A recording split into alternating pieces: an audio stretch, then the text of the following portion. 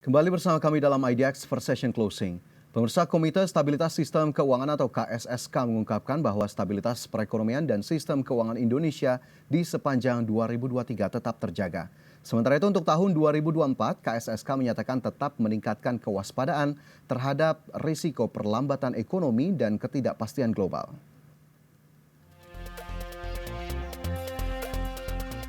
Dalam konferensi pers rapat berkala KSSK di awal tahun 2024, Menteri Keuangan sekaligus Ketua Komite Stabilitas Sistem Keuangan Sri Mulyani Indrawati memastikan bahwa stabilitas sistem keuangan Indonesia di sepanjang tahun 2023 tetap terjaga di tengah risiko perlambatan ekonomi dan ketidakpastian pasar keuangan global.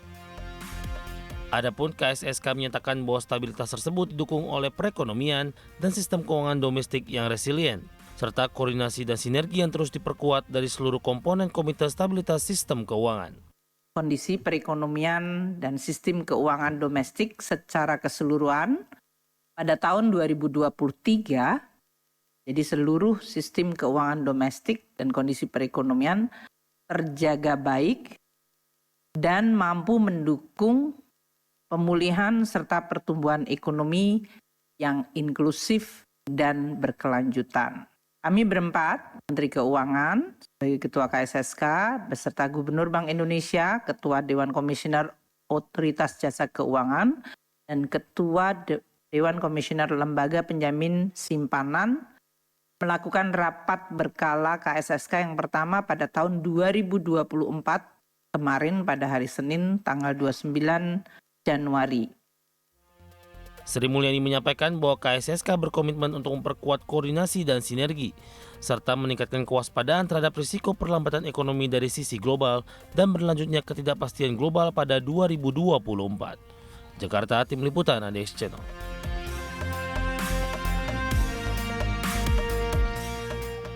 Ya, kali ini akan kita ulas kondisi dan juga situasi perekonomian Indonesia serta sektor keuangan Indonesia tentunya berdasarkan hasil asesmen dari Komite Stabilitas Sistem Keuangan.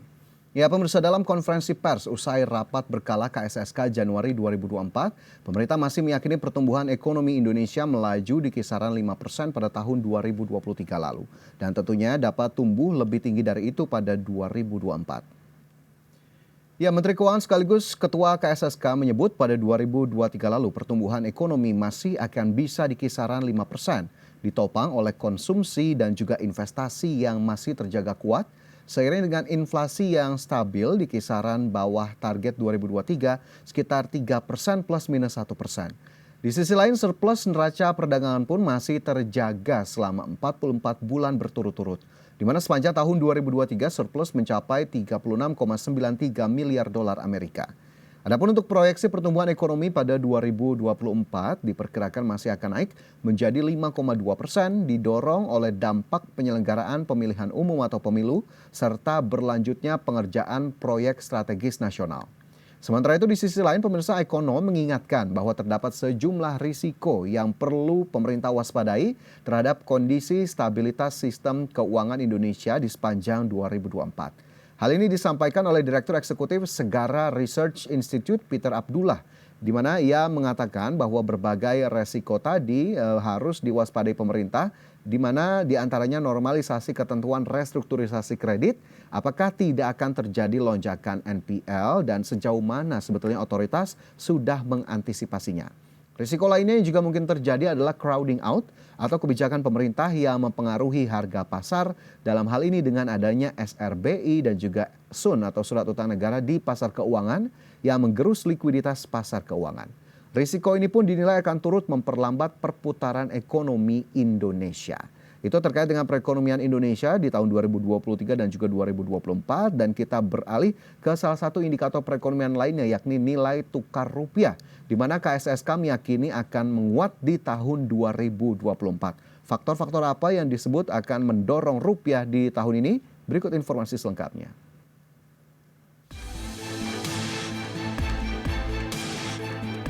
Komite Stabilitas Sistem Keuangan meyakini nilai tukar rupiah akan tetap stabil dengan kecenderungan menguat pada paruh kedua 2024. Gubernur Bank Indonesia yang juga anggota KSSK Peri Warjio menjelaskan penguatan nilai tukar rupiah didukung oleh berkurangnya ketidakpastian global, kecenderungan menurunnya tingkat imbal hasil dan menurunnya tekanan penguatan dolar Amerika Serikat. Ke depan, kami meyakini bahwa nilai tukar rupiah akan tetap stabil, bahkan akan ada kecenderungan menguat khususnya nanti di paruh kedua tahun 2024 didukung dengan meredanya ketidakpastian pasar keuangan global, kecenderungan penurunan yield obligasi negara-negara maju, termasuk US Treasury, dan menurunnya tekanan penguatan dolar Amerika Serikat, dan penguatan ini juga didukung pula oleh strategi operasi moneter yang kami lakukan yang pro-market dalam rangka menjaga aliran masuk portofolio asing dan pendalaman pasar uang. Selain itu, KSSK menyebut penguatan rupiah juga didukung oleh kebijakan stabilitas BI dan masuknya portofolio asing ke pasar keuangan nasional. Adapun berdasarkan data BI hingga 12 Januari 2024, terdapat aliran portofolio asing senilai 15,39 triliun rupiah yang terdiri dari aliran ke pasar surat berharga negara, pasar saham, dan sekuritisasi rupiah Bank Indonesia. Dari Jakarta, Tim Liputan IDX Channel. Ya, terkait nilai tukar rupiah, pemirsa, sebetulnya secara fundamental Bank Indonesia memastikan perekonomian Indonesia terbilang baik di tengah kondisi global yang penuh ketidakpastian, seperti misalnya diukur dari pertumbuhan ekonomi, inflasi, hingga transaksi berjalan. Oleh karena itu, Bank Indonesia menyebut melemahnya nilai tukar rupiah terhadap dolar Amerika Serikat dalam beberapa waktu terakhir cenderung disebabkan oleh beberapa sentimen atau isu besar.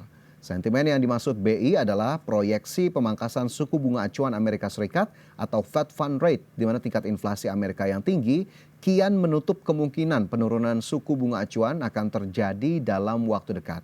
Sentimen selanjutnya yang juga menjadi perhatian adalah tensi geopolitik di Timur Tengah dan juga di China. Untuk itu, Bank Indonesia mengambil langkah untuk meredam tekanan terhadap nilai tukar, antara lain melakukan intervensi di pasar spot, di NDF, dan juga SBN. Sementara itu, pengamat pasar keuangan menilai pelemahan rupiah beberapa waktu terakhir dikarenakan terdampak sentimen Pilpres 2024 yang kian dekat.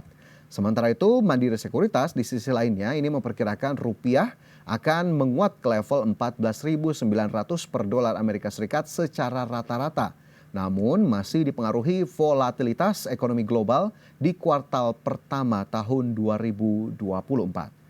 Ya pemirsa, dari rupiah kita ke industri jasa keuangan, salah satunya sektor perbankan yang disebut oleh otoritas jasa keuangan tetap solid di sepanjang tahun 2023 lalu. Pernyataan OJK tersebut terkait hal solidnya perbankan sudah kami rangkum dalam informasi berikut ini. Dalam konferensi pers rapat berkala KSSK Januari 2024, Otoritas Jasa Keuangan menyampaikan stabilitas sektor jasa keuangan nasional terjaga dan didukung oleh permodalan yang kuat dan profil risiko yang terkendali. Ketua Dewan Komisioner OJK Mahendra Siregar mengatakan di tengah kondisi ketidakpastian global, industri perbankan tetap solid, yang salah satunya ditujukan dari sisi permodalan, di mana tingkat capital adequacy ratio tercatat di level 27,69%. Itu pada tahun 2023 kami dapat laporkan bahwa stabilitas sektor jasa keuangan terjaga, yang didukung oleh permodalan yang kuat dan profil risiko yang terkendali. Untuk industri perbankan, tahun 2023 menunjukkan kondisi yang tetap resilient dan berdaya saing kuat, didukung permodalan yang tetap solid dengan CAR, Capital Adequacy Ratio, untuk industri perbankan yang tinggi, mencapai 27,69%.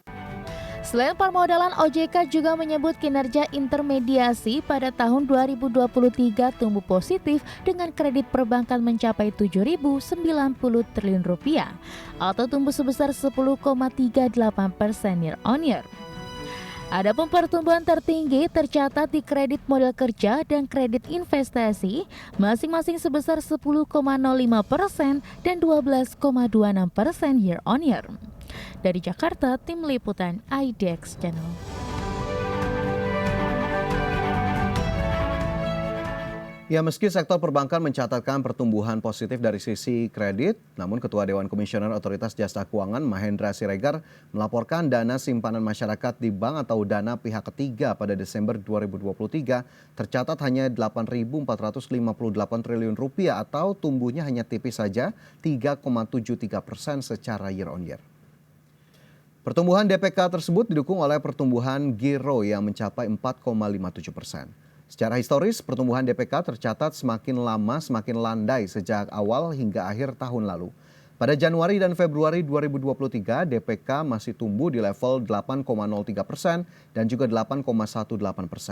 Kemudian pertumbuhan DPK surut pada periode Maret, April, dan Mei 2023 masing-masing ke level 7%, 6,8% dan juga 6,55%.